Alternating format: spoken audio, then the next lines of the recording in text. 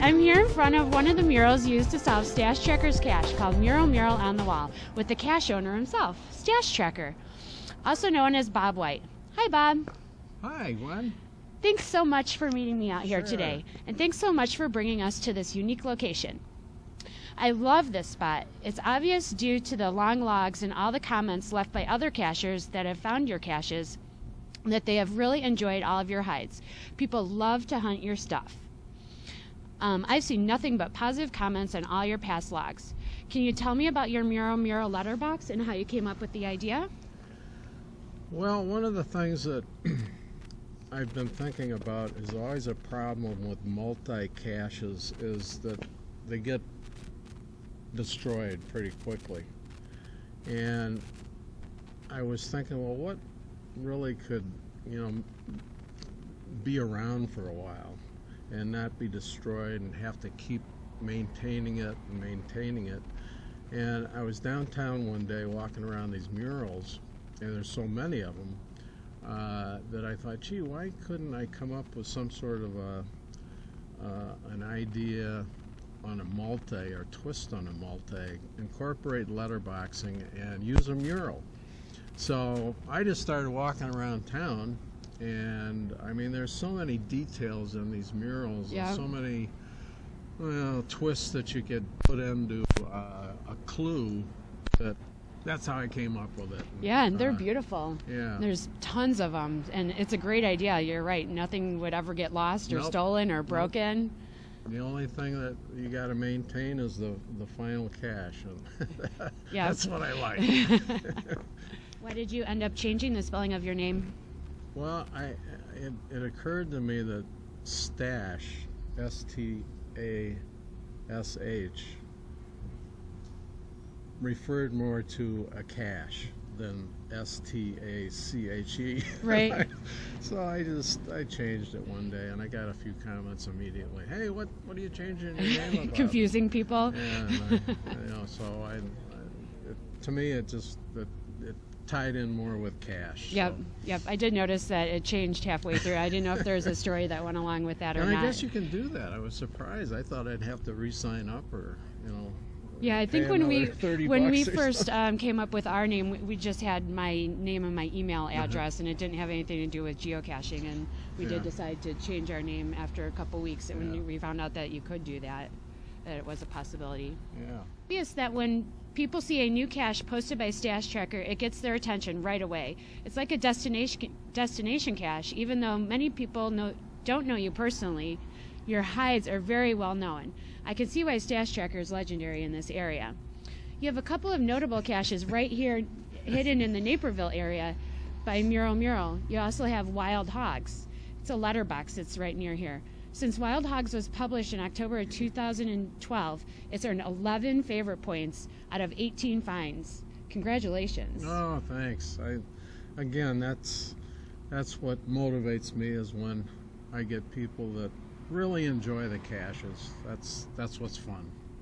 I know, I just found that one recently, and that one's in one of my top 5 of this year already. Oh, great. I see by your statistics that you've placed more hides than you've found. You're obviously giving back to the geocaching community. What inspires you to create such memorable and creative hides? Well, really, as I've tried to say before, it's the logs themselves, and when geocachers really enjoy what I've done, that's what motivates me, and that's what it's all about. Having fun. And when people have fun and enjoy what I did, I have fun. That makes you happy, yep.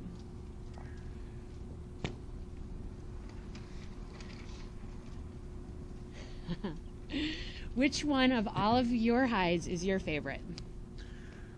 Well, it's really got to be the first hide that I ever hid, which is Solomon Merrimack. And I think that is almost 7-8 years old. Yep. And it's got almost 500 finds on it. That's great. And I don't know, 60 some. I think, yeah, 63 points. favorite points already on there. And that's got to be my favorite. because it was my first hide. One of the gentlemen that used to live here in Naperville really had some creative hides here, and I think he was one of the first guys to find it. He's since moved to Arizona, and I've forgotten his name, but he found it and really kind of motivated me. He says, Jesus, it's very creative, and coming from a guy who I thought really had some creative hides, that motivated me. Yeah, very inspiring. That one remains kind of a favorite for me because it was the first hide that I ever hid, and it's still out there. Yeah, and it has so many favorite points, 63. Yeah. And then I think a Mule and a Shovel and a Golden Dream is your next highest one with 20 favorite points on that one. And that was fun too. It was kind of coming up with a little story that people could kind of relate to in terms of a gold mine and finding gold, and it was a fun one to put together. I think that's one of the reasons that I like your caches and why people probably like your caches is because there's always little stories that go along with it. You make it interesting and give them something to think about and have a plot and a storyline go along with each stage of your cache. And the shovel and the gold mine and the wild hogs, there's a story that goes behind it, and people can get into it and enjoy it more. Yeah, I think that's what's fun for me is being what I hope is a creative guy.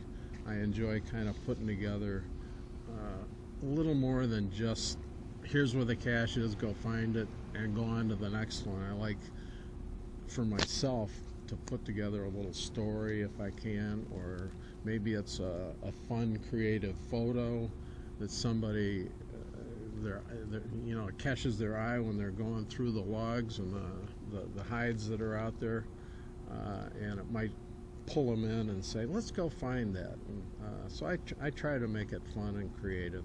I know that's what happened when I saw the log for Jurassic Park.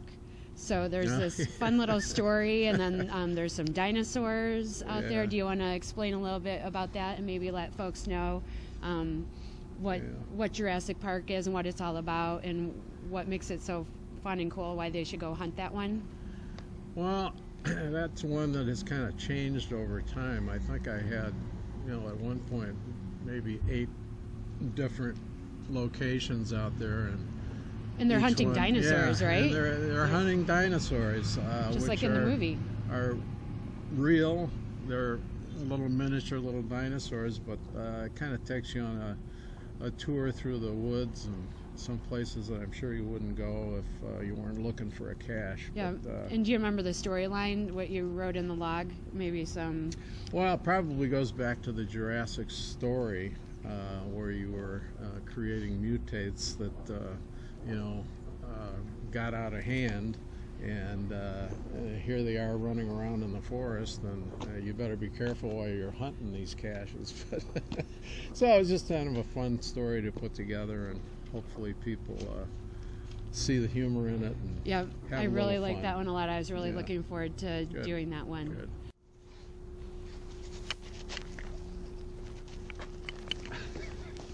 Good. Such cool stuff on here. All of the murals were cool. And Come on, I'll buy you guys a cup of Starbucks or something. Yeah, let's go inside somewhere warm. There's also a cache in downtown Naperville that is that brings you all the statues in Naperville. And so you go from artwork to artwork of all the statues. I had one started, and then I changed it to wild hogs, and it was statues. Oh, well, thank you so much for taking the time to talk with us today. I hope that people are inspired now to come out to Naperville and hunt some caches now that they learned about Stashtracker. This is Gwen, the less beardier half of DNFU, reporting for Courage Productions. Now back to your regularly scheduled Cabin Fever.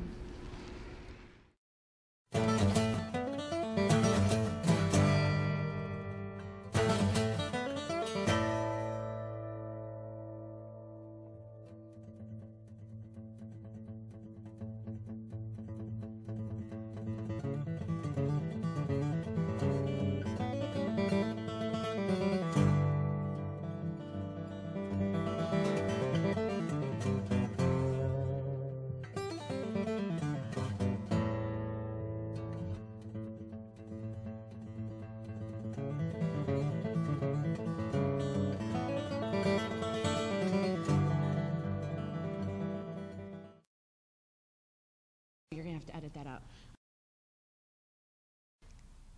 I forgot what the question was. You're gonna have to edit that out. You're gonna have to edit that out. You're gonna have to edit that out.